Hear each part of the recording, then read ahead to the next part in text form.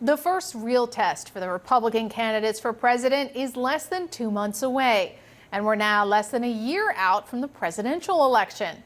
CNN senior data reporter Harry Enton joins us to run the numbers. All right, Harry, we've gotten a steady stream of polls. They appear to all be suggesting the same thing, right?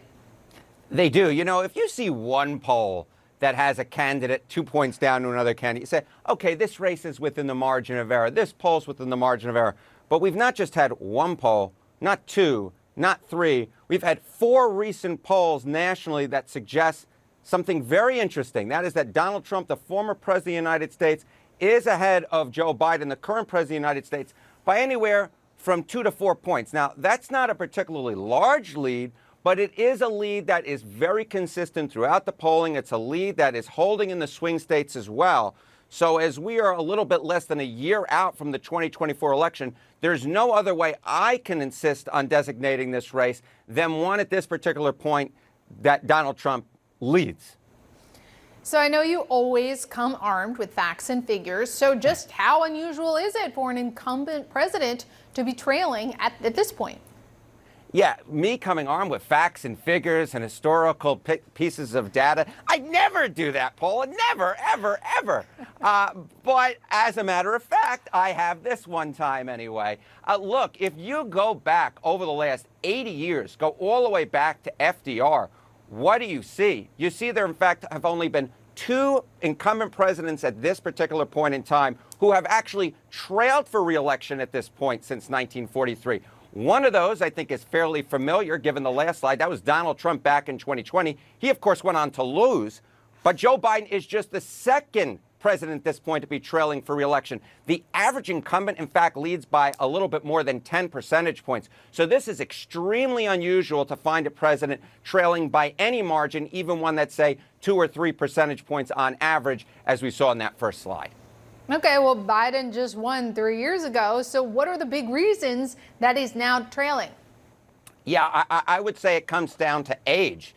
You know, it's age in one way. It's age in the fact that voters overwhelmingly believe he's too old to be effective as president. We had a recent New York Times Siena College poll that found that about 70% of likely voters, in fact, said that. Very different from 4 years ago when that number was about half. But it's also age in another way. It's age if you look within the electorate and see where Joe Biden has lost support. Take a look at voters under the age of 35. This is the margin, Joe Biden versus Donald Trump. 4 years ago, Joe Biden won these voters overwhelmingly. He won them by over 20 percentage points. Look at where he is now. Now, he's still ahead of Donald Trump, but he's only ahead by 5 points. And of course, elections are all about margins. When you look throughout the different age groups, you see essentially that Joe Biden's margins are actually holding amongst the older voters, but younger voters have been swinging away from him. And if this ends up being the margin on election day, it would be the smallest margin for a Democratic candidate among voters under the age of 35 since I was actually eligible to vote. So that's how long it's been. Donald Trump would absolutely take this. I may be young, Paula, but I ain't that young. Well, turning to the holiday next week, I am told that I have to ask you this question. Now, this is the one I'm most curious about your response. Thanksgiving is on Thursday. What are you most thankful for, Harry? Yeah, I made a deal with your executive producer, Tim, on this one. I said I had to get to this slide. He actually came through here. I went last week to a Columbia Lions football game on the northern tip of Manhattan. Great student journalist there. They lost last week. They won this week. It's another losing season for Columbia, but I still love my Lions. My father took me to the games as a kid. I still root for them. Roar, Lions, roar. They won today. Way to go on a high note, boys. That's so cute. I think I'm most thankful for my daughter. She just started walking, and yesterday she added a new word to her vocabulary, cookie, girl after my own heart. Harry Enton, thank you so much. Bye-bye.